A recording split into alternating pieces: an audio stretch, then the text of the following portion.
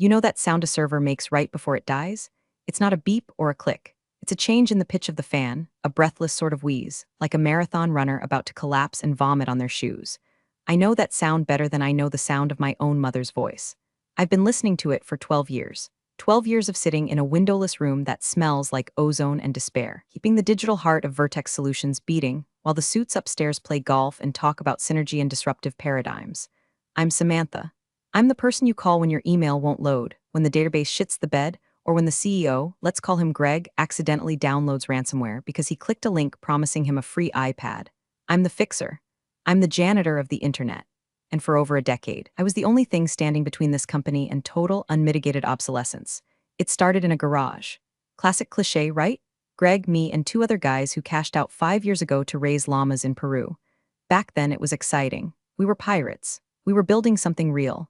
I wrote the foundational code for our proprietary logistics platform, VectorStream, on a laptop that was missing the E key. I slept under a desk wrapped in a sleeping bag that smelled like Doritos and ambition. I bled for this place. Literally. I once sliced my hand open on a server rack during a thunderstorm in 2015 trying to reroute power before the backup batteries failed, and I just wrapped it in duct tape and kept typing. Fast forward to last Tuesday. I'm 42, I have carpal tunnel that flares up whenever it rains, and I'm sitting in a town hall meeting listening to Greg drone on about our record-breaking quarter. The room is filled with glass, chrome, and people who look like they were 3D printed in a catalog for business casual wear. I'm wearing a hoodie that's older than the intern sitting next to me. Greg is up there, flashing a smile that cost more than my Honda Civic, talking about how we did it. We landed the Amazon contract. We optimized the throughput. I'm looking around the room, and I realize we is doing a lot of heavy lifting for a guy whose primary contribution to the company lately is deciding which brand of sparkling water to stock in the break room. Look, before I get into how I burned this place to the ground, do me a solid. If you've ever been the only sober person at a drunk company, or if you've ever fixed a printer for someone who makes 10 times your salary, hit that subscribe button and leave a like. It helps the algorithm know that we're not just cogs in the machine. Anyway, back to the train wreck. I was tired, not sleep tired, soul tired. The kind of tired where your bones feel like they're made of lead piping. I looked at the new crop of hires. They were shiny. They had titles like Junior DevOps Evangelist and Customer Success Ninja. They spent half the day making TikToks in the lounge and the other half asking me how to reset their passwords. And I sat there, the Director of Infrastructure, a title that came with zero equity and a comical lack of budget, thinking, I built the floor you're standing on. It wasn't just the work, it was the invisibility. I had become furniture. I was the legacy lady. I heard one of the new marketing guys call me that in the elevator. Oh, ask the legacy lady, she knows where the bodies are buried. He laughed. I didn't. He didn't know that I didn't just know where the bodies were buried. I was the one who dug the graves, threw the lime, and planted the petunias on top. That Tuesday meeting was the crack in the dam. Greg announced a cost of living adjustment freeze for senior staff. Tightening the belt, he called it lean operating principles. He said this while wearing a watch that could pay off my mortgage. I looked down at my phone, a notification from my bank. Auto payment, student loan. Balance remaining too damn much. I felt a twitch in my eye, the same twitch I get when a hard drive corrupts. I looked at Greg, beaming like a golden retriever who just learned how to open the fridge. I looked at the ninjas and evangelists nodding along, sipping their nitro brew coffee. And for the first time in 12 years, the loyalty that had been the structural steel of my life started to rust. It wasn't a loud moment. It wasn't a movie scene where I flipped a table. It was quiet. It was the silence of a fan stopping. It was the realization that I had spent a decade building a cage, locking myself inside, and handing the key to a guy who couldn't spell server if you spotted him the S and the R. I went back to my desk, a cubicle in the back corner, far away from the natural light reserved for the sales team, and I started looking at the code. My code. The VectorStream core. It was beautiful in a utilitarian way. A sprawling, complex, messy masterpiece of logic, gates, and dependencies. I knew every line. I knew that if you deleted line 40,201, the entire shipping manifest module would start speaking Portuguese. I knew that the load balancer had a ghost in the machine that required a manual reboot every third Sunday at 2 a.m. I touched the screen. You and me, kid, I whispered. We're the only real things here. But the atmosphere was shifting. I could smell it. You know that scent right before a thunderstorm? Ozone and dirt? The office smelled like expensive cologne and betrayal. I just didn't know the size of the storm yet. I didn't know that the belt tightening was a lie. I didn't know that I was already walking dead. I stayed late that night. I always stayed late. The cleaners came through, vacuuming around my feet like I was a statue. I was patching a security vulnerability in the payment gateway that the rockstar developer they hired last month had left wide open. If I hadn't caught it, we would have leaked 10,000 credit card numbers by morning. I saved the patch. I committed the code. I watched the green status lights flicker on the dashboard. And I felt nothing. No pride, no relief, just a hollow echo where my career used to be. I walked out to the parking lot. It was raining. Of course it was raining. The city in November is basically just a wet gray towel slapped across your face. My car struggled to start. As I sat there, listening to the engine wheeze, I saw Greg's Porsche pull out of the reserved spot. He zoomed past me, splashing mud onto my windshield. He didn't even turn his head. That was the moment. That was the opening shotgun blast. I didn't know it yet, but the fuse had been lit. The bomb was sitting in a filing cabinet in my basement, gathering dust, waiting for the right hand to strike the match. I drove home, gripping the steering wheel until my knuckles turned white. I thought about the freeze. I thought about the legacy lady. I thought about the 12 years of missed birthdays, canceled dates, and working through the flu. And I thought something has to break. I just didn't realize that something was going to be their entire reality. The next day, the universe decided to stop being subtle and just hit me with a brick. It was lunchtime. Usually, I eat at my desk, a sad rotation of turkey sandwiches and yogurt, but the HVAC in the server room was on the fritz, ironic, considering I feel like an overheated radiator half the time, and the noise was driving me insane. So, I went to the break room. The break room at Vertex Solutions is designed to look like a hip startup incubator, but it feels more like a waiting room for purgatory. There are beanbag chairs that nobody uses because they're impossible to get out of without looking like a struggling turtle, and a foosball table that gathers dust. I sat at one of the high-top tables, nursing a lukewarm coffee. 2 tables over, a couple of the new hires were huddled around a laptop. One was a guy named Tyler, 24 years old, wears beanies indoors, lists crypto enthusiast in his email signature. The other was a girl named Jessica, fresh out of a boot camp, sweet but roughly as technically proficient as a ham sandwich. They were whispering, but they had that loud whisper that young people do when they think they're being secretive but actually want everyone to know they have secrets. "Dude, I can't believe they started you at that," Jessica said, her eyes wide. "I negotiated hard," Tyler said, leaning back and popping a grape into his mouth. "I told them I had offers from Google, which, was technically true if you count a LinkedIn recruiter viewing my profile as an offer." He laughed. He spun his laptop around to show her something. "I wasn't trying to snoop, I really wasn't. But my eyes are trained to spot anomalies in code scrolling at 1,000 lines a minute. A PDF on a 15-inch retina display is practically a billboard. It was an offer letter. Vertex Solutions. Position, Junior Systems Architect." My eyes drifted to the bolded number at the bottom. Base salary, $145,000. The world stopped spinning for a second. The hum of the refrigerator, the chatter of the sales team, the rain against the window, it all just muted. $145,000. I make $125,000. I have been here for 12 years. I built the architecture that Tyler was being hired to maintain. I manage the entire infrastructure. I am on call 24/7/365. Tyler asks me which button turns on the projector, and he was making $20,000 more than me. I felt a physical blow to my chest. It wasn't just jealousy. It was humiliation. It was the mathematical quantification of exactly how little they respected me. To them, I was a depreciating asset. Tyler was the shiny new investment. I stood up. I didn't finish my coffee. I walked straight to the elevator, my heart hammering a frantic rhythm against my ribs like a trapped bird. "Calm down," I told myself. "There's an explanation. Maybe it's a mistake. Maybe that includes stock options." I marched into HR.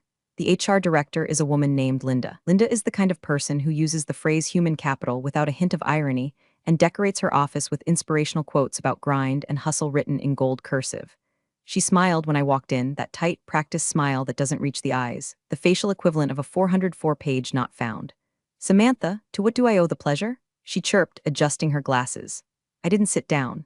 "I need to talk about my compensation." Linda, her smile faltered just for a microsecond before resetting.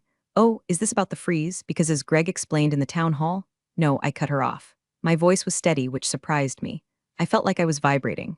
"This is about the fact that I just inadvertently saw an offer letter for a junior systems architect, a role that reports to me, a role that pays $20,000 more than I make after 12 years. The room went quiet. The air conditioning vent hissed.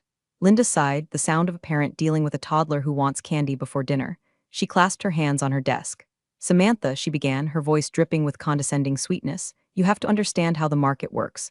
Tech salaries have exploded in the last 2 years. To attract new talent, we have to be competitive. We have to pay market rates." "I am the market," I snapped. "I built the platform. I know more about this system than anyone in this building combined." "Are you telling me my market rate is less than a kid who still uses password 123 for his login?" Linda's eyes hardened. The mask slipped. "Internal equity and external acquisition are different budgets, Samantha. You're on an existing compensation trajectory. Tyler is an acquisition, it's just how the industry works. So fix it, I said. Adjust my trajectory. Match it. I'm not asking for moonshot, Linda. I'm asking for parity with the entry-level guy I have to train. She leaned back in her chair, the leather creaking. She looked at me with a look of pure, unadulterated dismissal. We can't just bump you 20 grand outside of a review cycle, Samantha. Especially not during a freeze. That's not policy. Policy? I laughed. It was a sharp, jagged sound. I wrote the policy on data retention. I wrote the policy on disaster recovery. Can rewrite a salary policy. No, she said, cold, final. Then she delivered the line. The line that would echo in my head for the next 48 hours. The line that signed the death warrant for Vertex Solutions, though she didn't know it yet. She shrugged, picked up a pen, and looked at her paperwork. Look, Samantha, that's the market rate for new talent. You can accept it or... Well, you know your options. Accept it or leave. Accept it or leave. I looked at her. I looked at the live, laugh, love sign on her wall. I looked at the photos of her cats. I felt a strange sensation wash over me. The rage evaporated, replaced by a cold, crystalline clarity. It was like the moment you realize the logic puzzle isn't unsolvable. You were just looking at it from the wrong angle. Okay, I said. My voice was soft. Linda looked up, surprised by my sudden surrender. Okay, I understand, I said. Thank you for clarifying my position in the company, Linda. It's been very illuminating. I turned around and walked out. Samantha, she called after me, a hint of confusion in her voice. I didn't answer. I walked back to my desk. I sat down. The office was buzzing around me. Tyler was laughing at something on his phone. Greg was walking through the hallway, high-fiving the VP of sales. I wasn't Samantha the fixer anymore. I wasn't Samantha the loyalist. I was Samantha the ghost. I stared at my monitor. Accept it or leave. Challenge accepted, I whispered. Most people think quitting a job after 12 years requires a marching band or a nervous breakdown. They imagine you storming into the boss's office, throwing a resignation letter on the mahogany desk, and telling everyone to go to hell while We Are the Champions plays in the background. But when you're truly done, when the last thread of respect has been snipped by a pair of rusty corporate scissors, you don't scream, you vanish. I spent the rest of the afternoon in a fugue state. I answered emails. I closed tickets. I nodded at people in the hallway. I was running on autopilot, a shell script executing a loop while the main processor was busy formatting the hard drive. At 5 p.m., people started packing up. Hustle culture crowd usually stayed until 6:30 to be seen, but it was a Friday, and the allure of happy hour was stronger than the allure of pretending to work. I waited until 5:45 p.m. The office was thinning out. The cleaning crew was starting their rounds, the vacuum hum providing a mournful soundtrack to my departure. I didn't pack a box. Walking out with a cardboard box is a signal. It draws attention. Instead, I opened my backpack. I put in my personal hard drive, the one with my photos, my music, and my cheat sheets. I took my favorite mug, a chipped ceramic thing that said I turned coffee into code. I took the framed photo of my dog Buster, who passed away 3 years ago. I left everything else. The awards, the Employee of the Month plaques from 2014, the stress balls, the tangled nest of cables that I had been meaning to sort for 5 years. It were artifacts of a life that didn't belong to me anymore. I opened my email client one last time. I drafted a message to Linda and Greg. Subject, resignation effective immediately. I am resigning from my position at Vertex Solutions. All company assets have been left at my desk. My badge is on the keyboard. Samantha, no regret to inform you. No thank you for the opportunity. No wishing you the best. Just the facts. Cold, hard data. I hovered the mouse over the send button. I looked around the office one last time. I looked at the server room door, my kingdom, my prison. I looked at the sticky note on my monitor that said, don't forget to breathe. I clicked send. Then I took my badge off my lanyard and set it gently on the keyboard. It made a soft clack. I stood up, slung my backpack over one shoulder, and walked to the elevator. I didn't look back. As the doors slid shut, cutting off the view of the gray carpet and the motivational posters, I felt a physical weight lift off my shoulders. It was dizzying. I felt lightheaded, like I had surfaced too quickly from a deep dive. The drive home was a blur. I didn't turn on the radio. I just listened to the tires on the wet pavement. Accept it or leave. Accept it or leave. When I got to my house, a modest bungalow that I was still paying off because I hadn't been making market rate, I didn't turn on the lights. I walked into the kitchen, poured myself a glass of cheap red wine, and stood in the dark. Now what? Panic started to creep in at the edges. I had no job. I had meager savings. I was 42 in an industry that fetishizes youth. Had I just made a catastrophic mistake? Should I have swallowed my pride, taken the insult, and kept the steady paycheck? No. I took a sip of wine. It tasted like vinegar and regret. I wandered into my home office/spare bedroom. It was a mess of old computer parts and boxes I hadn't unpacked since the Obama administration.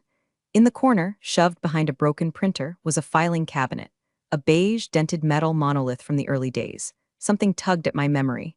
A conversation from a decade ago. A late night at a Denny's with Greg and the other co-founders, back when we were all friends. Back when equity was just a word we threw around like confetti. I remember signing something. It was the panic of 2011. The company was about to go under. Investors were pulling out. Greg was sweating through his shirts. I had threatened to leave then too. I had an offer from IBM. They begged me to stay. They couldn't pay me more cash, so they offered something else. I put down my wine glass. I walked over to the filing cabinet and yanked the bottom drawer open. Groaned in protest. Files, tax returns from 2009, warranties for appliances I didn't own anymore, a manual for a VCR, and there in the back a blue plastic binder, labeled Vertex Legal/Founding. My hands were shaking slightly as I pulled it out. I blew the dust off the cover. It swirled in the dim light of the street lamp outside the window. I opened it. The paper was yellowing. The font was Times New Roman, drafted by a lawyer who probably charged by the comma. Founders' Participation Agreement. I flipped past the standard non-compete clauses, which were unenforceable anyway. I flipped past the confidentiality agreements. I stopped at Section 8.4, Intellectual Property and Residual Rights. I started reading. The legalese was dense, tangled like spaghetti code, but I speak logic, I speak syntax. And as I parsed the sentences, my breath hitched in my throat.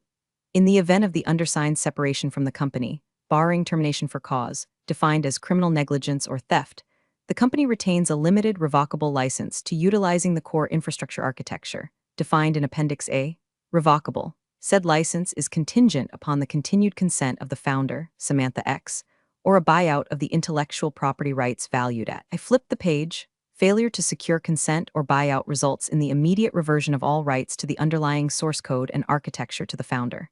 I sat back on my heels on the dusty carpet. They hadn't just hired me as an employee. To keep me from going to IBM, they had codified me as a technology partner with ownership of the code I wrote. And because they were broke back then, they didn't buy the rights, they licensed them from me. A license that was contingent on my employment or my consent. I had just resigned. I wasn't terminated for cause, which meant the license was void. Which meant VectorStream, the platform that processed 80% of their revenue, the platform I built, the platform Tyler was supposed to maintain, didn't belong to Vertex Solutions anymore. It belonged to me. A slow, cold smile spread across my face. It wasn't a nice smile. It was the smile of a wolf realizing the sheep gate was unlocked. Accept it or leave, I whispered to the empty room. Be careful what you wish for, Linda. Flashback. 2011, 3:00 a.m. The Denny's off I-71 smells like maple syrup and bleach. The fluorescent lights are humming, a sound that drills right into your frontal lobe. Greg looks like he hasn't slept in a week. His hair is greasy, his eyes are bloodshot, and he's shredding a paper napkin into tiny, snowy piles on the table. Sam, you can't go to IBM, he says. His voice is cracking. If you leave, the beta launch fails. If the beta fails, the investors walk. If the investors walk, I'm living in my parents' basement again. I'm eating a moons over my hammy, trying to ignore the desperation radiating off him like heat waves. Greg, IBM is offering me health insurance and a 401k. You're offering me pizza and promises. I can't eat promises. I'll make it right, he pleads. He slides a document across the sticky table. Look, my uncle's lawyer drafted this. It's insurance for you. I look at the paper. It's thick. What is this? It says you own the engine, Greg says, leaning in intense. The core code, the vector protocol, you own it. We're just borrowing it. As long as you're with us, we use it. If we ever screw you over, or if we make it big and try to push you out, you take your ball and go home. It's your guarantee that we can't survive without you. I looked at him. He was my friend then. I believed him. I thought he was protecting me. I didn't realize he was just desperate enough to sign away the kingdom because he didn't think the kingdom would ever be worth anything. Okay, I said. I signed it with a cheap blue ballpoint pen. I'll stay. Back to the present. I was staring at that signature. The ink had faded slightly, but it was there. Samantha Miller, and next to it, Gregory Vance, CEO. I wasn't a lawyer. I needed to be sure. I needed a shark. I grabbed my phone. It was 9:00 p.m. on a Friday. Most lawyers are 3 martinis deep by now, but I knew one who wasn't, David. We dated for 6 months in 2016. It didn't work out. He was married to his firm, and I was married to my servers, but we stayed friends. He was a contract law specialist with a mean streak and a hatred for corporate bullying that rivaled my own.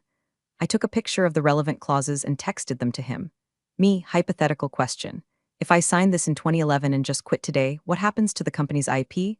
3 dots appeared immediately, then stopped, then appeared again. My phone rang. Sam, David's voice was crisp, awake. Tell me you have the original. I'm holding it, I said. Why? Because if this is real, and if the definitions in Appendix are as broad as I think they are, you don't just own the IP. You own their balls in a vice. I felt a shiver of adrenaline. Explain. It's a reversion clause, David said, sounding almost giddy. It's rare and it's stupid dangerous for a company. Basically, they didn't buy the work for hire. They licensed it. The license is conditional on your employment. Employment ends, license ends, immediately. The use of that code after your resignation is willful copyright infringement. And since it's core infrastructure, they can't run the platform without it. I finished. They can't even turn the lights on without it. David laughed. Sam, did they fire you? I resigned. Accept it or leave, they said. Oh, this is beautiful, David whispered. This is art. Sam, listen to me. Do not talk to them. Do not answer calls. I'm coming over. We need to draft a notice. Cease and desist that will make their general counsel wet the bed. David, I said, looking at the rain streaking the window. I don't just want money. I know, he said. You want blood. I want them to understand, I corrected. I want them to know exactly what market rate looks like when the market is me. David arrived 40 minutes later with a bottle of scotch and a laptop. We sat at my kitchen table until 3 a.m. We went through the agreement line by line, cross-referenced it with the current code base. The vector protocol, the thing I wrote in the garage, was still the backbone of everything. Every API call, every database query, every login request passed through my code. They had built a skyscraper on top of my foundation, and they had forgotten that I owned the concrete. By the time the sun started to bleach the sky gray, we had a document ready. It was a single page, simple, brutal. Notice of revocation of license and demand to cease and desist. 2. Vertex Solutions, Inc. Atten, Gregory Vance, CEO. Pursuant to Section 8.4 of the Founders' Participation Agreement, dated August 12, 2011, you are hereby notified that the license to utilize the core infrastructure architecture is revoked effective immediately upon the resignation of Samantha Miller. Any continued use of said intellectual property constitutes theft. David leaned back and rubbed his eyes. You know what's going to happen when you drop this, right? It's going to be chaos. They're going to lose their minds. I took a sip of the scotch. It burned, warming my chest. They told me to accept it, I said. I'm just following instructions. I looked at the clock. 5:30 a.m. I need to deliver it, I said, before they get in. I'll drive, David said. I stood up. I felt awake, more awake than I had felt in years. The fatigue was gone, replaced by a cold, vibrating purpose. I wasn't just a disgruntled employee anymore. I was a structural failure event. I was a natural disaster. Let's go to work, I said. The Vertex Solutions parking lot is eerie at 6:45 a.m. It's a vast expanse of wet asphalt, empty save for a few overnight delivery trucks and the security patrol car that sleeps in the back corner. The building itself looks like a sleek silver tombstone rising out of the mist. David idled his Audi at the curb. You sure you don't want me to serve them properly? Courier signature required? No, I said, staring at the glass doors. I want to do this. I want him to find it on his chair. It's personal. All right, David nodded. I'll be here. If the cops show up, say nothing. I grabbed the thick manila envelope. Inside was the photocopy of the 2011 agreement, with the relevant clauses highlighted in neon yellow and the cease and desist notice printed on David's heavy, intimidating legal letterhead. I still had my badge. I hadn't deactivated it yet. IT Security 101, revoke access immediately upon termination. But Tyler, the new system architect, probably didn't know how to run the termination script, and Linda in HR wouldn't process the paperwork until Monday morning. Their incompetence was my key. I walked to the side entrance. I held my breath as I tapped the badge against the reader. Beep, green light, the lock clicked. Idiots, I whispered. I slipped inside. The building was silent. The air was still, smelling of industrial cleaner and stale carpet. The emergency lights cast long, creepy shadows down the hallways. It felt like walking through the Titanic before it hit the iceberg. I took the stairs to the executive floor. The elevator was too loud. I wanted to be a ghost. On the third floor, the carpet changed from gray loop pile to plush navy blue. The walls were adorned with abstract art that looked like paint splatters and cost more than my car. I walked past Linda's office. Her door was closed. I imagined her in there, dreaming of compliant employees and cost-saving measures. I reached the corner office, Greg's office. The door was unlocked. Greg never locked his office inside the building because he liked the open-door policy aesthetic, even though he was rarely there. I pushed the door open. The room was massive. Floor-to-ceiling windows overlooked the highway.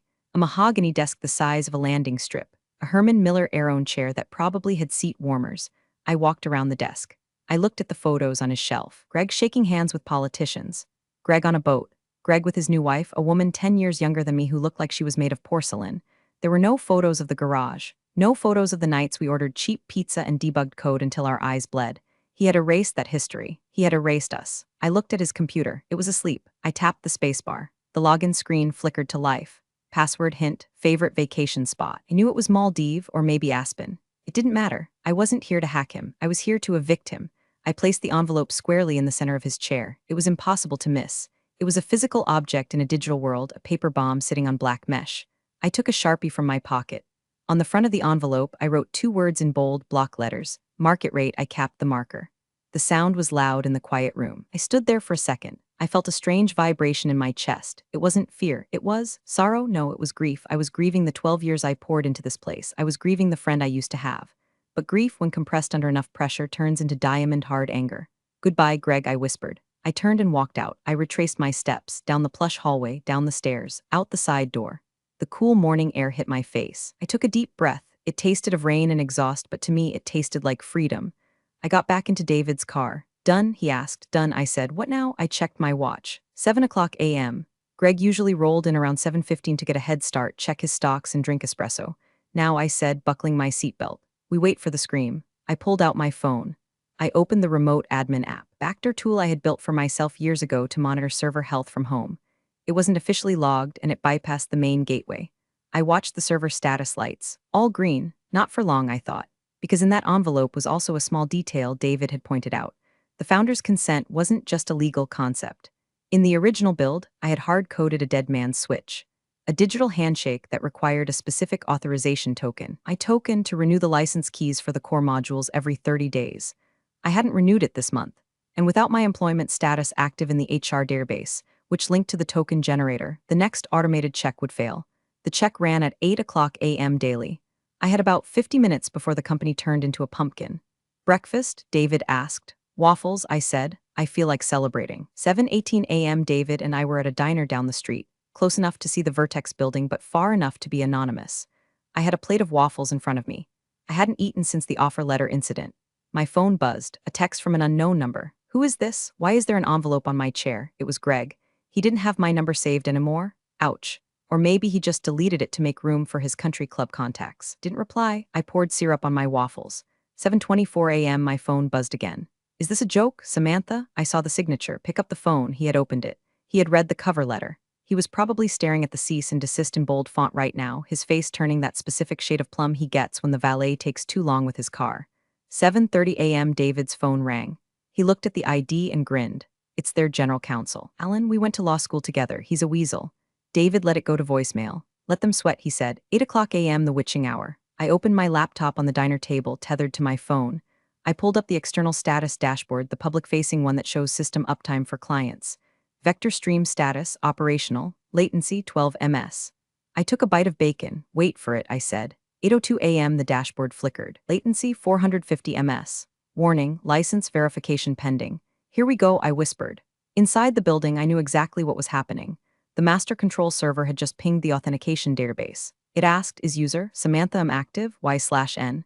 The database, which I had disconnected myself from mentally but not yet digitally, would check the HR flag. But wait, I had resigned, but they hadn't processed it. So technically, I was still active? No, the dead man's switch wasn't linked to HR. It was linked to a manual input I did every month. A command line script I ran called Verify Integrity SH. It was part of my maintenance routine. I hadn't run it yesterday. The server panicked. Error 804, founder token missing. Action, revert to trial mode. Trial mode restrictions, max connections equals 5. Vertex Solutions serves 4,000 simultaneous enterprise connections. 8:05 a.m. vector stream status, degraded. Error, connection refused. My phone exploded. Text from Tyler, the new guy. Hey Sam, system is acting weird. Says license expired. Lol, can you fix? Text from Linda, Samantha, we need to talk immediately. Calls from Greg. 5 in a row. I watched the dashboard. It turned from yellow to red. Status, critical failure. Trial mode had kicked in. It was bottlenecking the entire traffic of a logistics company down to a trickle. Trucks were stopping at gates in New Jersey. Warehouses in Texas were going dark. The API calls were bouncing back with a message I had hard-coded 12 years ago as a joke. Insert coin to continue. 8:15 a.m. David checked his voicemail. He put it on speaker. Alan's voice was high-pitched, frantic. David, it's Alan. We have a situation. Your client dropped a bomb on Greg's chair, and now the system is locking up. Tell her to turn it back on. This is extortion. We'll sue you into the ground. Call me back. David laughed. Extortion? It's copyright enforcement. They're infringing on your IP, Sam. 8:30 a.m. The chaos was spilling out of the digital world. I saw lights flickering on the third floor of the Vertex building. I saw people running past the windows. I imagined the IT pit. Tyler was probably smashing keys, trying to restart the servers. But he couldn't. The source code was locked. The compiler would refuse to build without the founder token.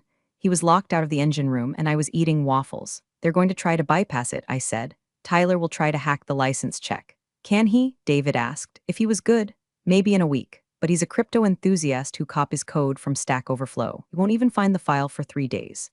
8:45 a.m. my phone rang again. It wasn't Greg. It was the frantic, breathless number of the IT help desk line. I answered, "Hello, Samantha. Oh my God, thank God, it was Jessica, the other new hire." She sounded like she was crying. "Everything is down, everything. The dashboard says license revoked." Greg is screaming at everyone.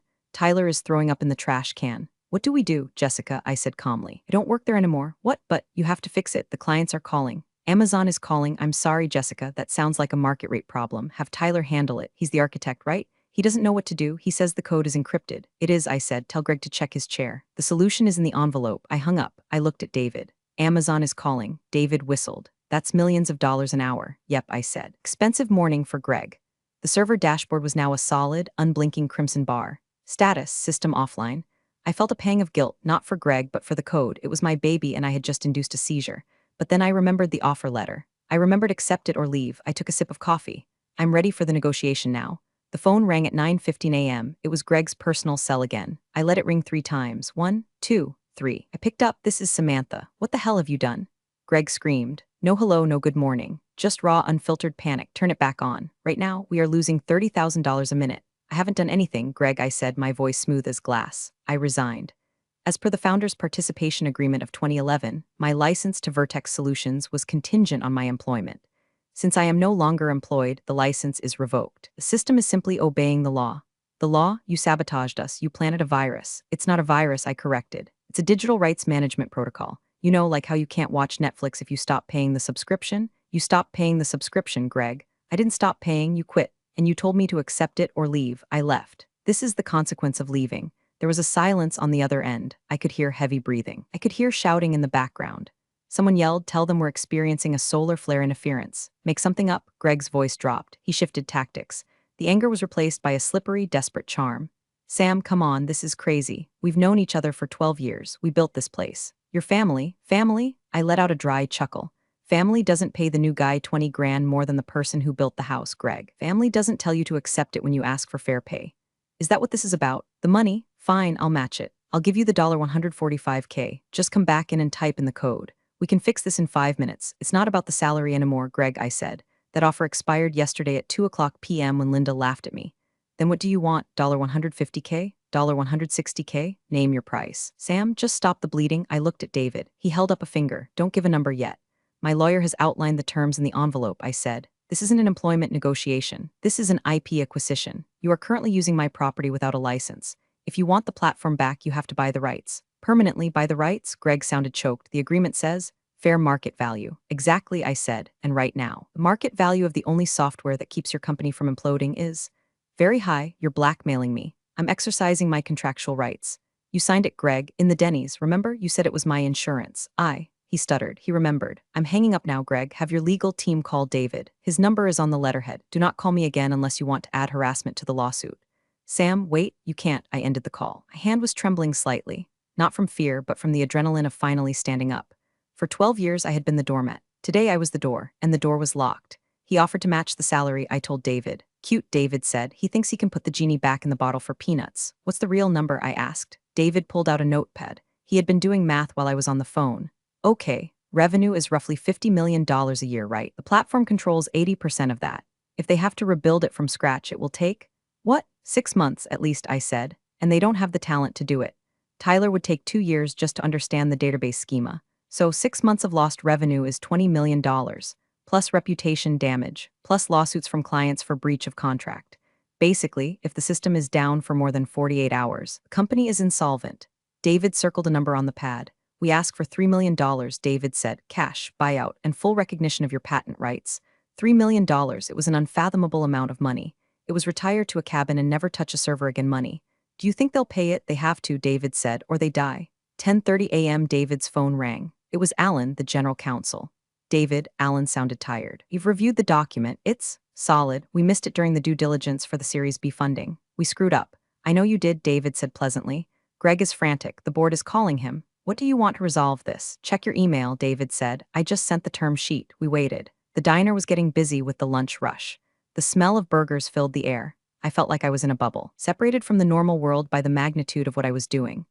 I checked the dashboard again. Status, offline, last attempted access, 34,201 failed logins. They were panicked. They were trying to brute force the admin password. It wouldn't work. The lock wasn't on the door, the lock was in the foundation. They're reading it, David said, checking his email tracking. Now we see if they blink, I said. The reply from Vertex Legal came in. It wasn't an acceptance. It was a threat wrapped in a settlement offer. While we dispute the validity of the 2011 agreement and reserve the right to litigate for damages caused by unauthorized code sabotage, Vertex Solutions is prepared to offer Miss Miller a severance package of $250,000 and a consulting contract for 6 months at her previous salary to restore system functionality. Sabotage, I scoffed, are still trying to frame it as a hack. They have to, David said, scanning the email. They need to save face for the insurance company. If they admit they just forgot to secure the IP rights, their errors and omissions insurance won't cover the losses. $250,000, I said, that's 2 years of salary. Yesterday I would have cried with joy. Today, David said, it's an insult. It's 1% of the damage they're taking. He typed a reply. Settlement offer. Rejected, the term sabotage is defamatory. Miss Miller's code is functioning exactly as licensed. The license has expired. The buyout price is $3.2 million. Price increases by $100,000 for every hour the system remains offline. Clock starts now. Aggressive, I said, I like it. 1:00 p.m. the news broke.